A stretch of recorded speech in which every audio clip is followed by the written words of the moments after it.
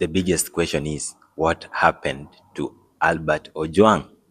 Yeah, and that question needs to be answered ASAP, because huwezi kuwa ati Mkenya umeshikwa, umepelekwa ndani mahali unafaa uface the law for the crime, whatever crime umecommit, then you end up dying ukiwa kwa mahali unafaa kuesekiwa, mahali kuna polisi. Sasa kama unaweza kufa in Central Police na watu hamtupei satisfying explanation, nasema ati mzee amejidedisha.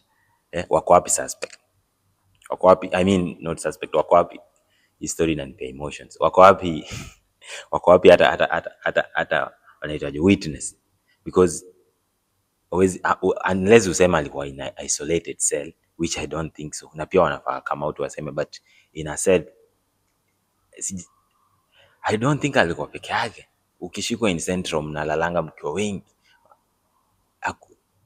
unless alikuwa isolated room ndio akajigongesha kwa ukuta vile wanasema. We need answers. Kususpend police, kususpend OCS is not answers that Kenyans need.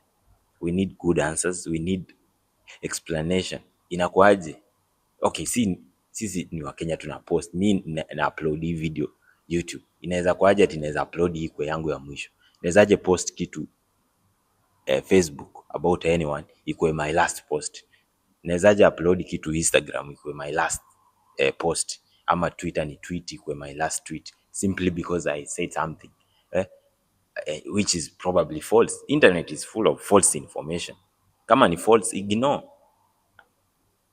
authorities, ama do other things apart from, like, how do you take resources za government kutrack msee from Nairobi DCI, DCI from Nairobi to Homa Bay with hizo resources zote mnatumia.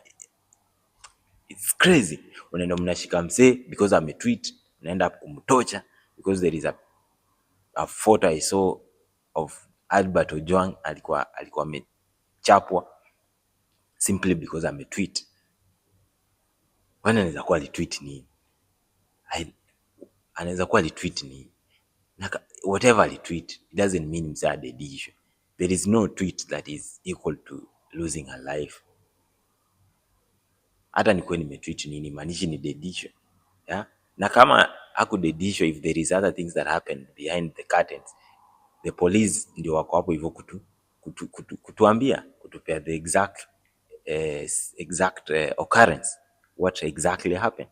If indeed he killed himself allegedly, wanasema, we need to see the scene, like do something more. You cannot just say Albert alienda akajidedisha. And a lot of people that talk to him, his friends, his close, wherever relatives, they talk to him until almost the last minute. There is a clip nilisikia on Twitter. He was asking some friends of his, mtu akishikwa, what happened because hajaishikwa, what is the process. Some of them are like, utapelekwa kotini, utapewa maybe ni bail. He was checking on what happens, what is the process. He was not suicidal. He was not suicidal. So if you come out and say alijidedisha, you want us to believe it just by saying, by words? No. Waja tuone witness, waja tuone the scene. Like, you cannot just say alijidedisha. We cannot take that. Personally, I cannot take that. Siwezi sema msa amejidedisha. Hiyo story imeisha. It's crazy. Hii nchi tumeishi, tuko na very misplaced priorities. Kutarget influencers, kutarget watu wana tweet, hiyo ni kulay so low. The government should be busy working. Watu huwa wanaongea everywhere, America, everywhere. Any democratic country yenye kuna freedom of speech, people talk. Huwezi ingia kwa government u expect that watu watakuwa na kuclapia all the way to 2027. Never. People talk. And as a leader unafaa ujue hapo, ukiingia hapo hivyo ingi ukijua people will talk, some of them will criticize you, wengine wataku audit na wengine watasema vitu za uongo. As the government, kazi yako si kuenda kusilence wase wanaongea. It's you to give the public the truth. Now just work for the people, fanya kazi, yeah? Develop a blind eye to all these things, weka nini kwa masikio, just work. Kama ni Twitter imewabo, tokeni. Huyu Nyesi alitoka Twitter. Kama ni Twitter imewabo, tokeni Twitter, just work. There is no way we can lose people just by tweeting. Hiyo si that's not the Kenya that tuna expect. That's not the Kenya that we have been living. Siwezi kuwa na upload video ikuwe my last. Siwezi kuwa na post picha ama naongea kitu kingine Twitter ati inakuwa my last tweet naweza tweet. From there na disappear. From there nimejimada allegedly. Yeah? How? So we need answers. Kususpend the police, kususpend OCS is not enough. We cannot keep silent when we losing people just by tweeting. Yani kutweet man. Kutweet tu. Kuandika tu kitu. Whatever aliandika, mimi hata sijajua hiyo kitu, but kenye najua ni Albert Ojwang amededishwa. Amejidedisha. Something has happened and he has lost his life. And that is, huyo niliona babake vile analia. Huyo ni mtoto wa mtu. Huyo ako na mtoi mdogo. Yeye ni bwana wa msee. Yeye ni brother ya msee. The family doesn't deserve that. Unajua, there is so many other things DCI wanafaa kuwa busy kuwa involved in. Criminals Kenya ni wengi wenye wana impact lives za wasee negative. Si watu wana tweet. No one is, it's not a threat. Twitter, msee akinitukana Twitter sijadedi. Kuna msee amefanya far worse things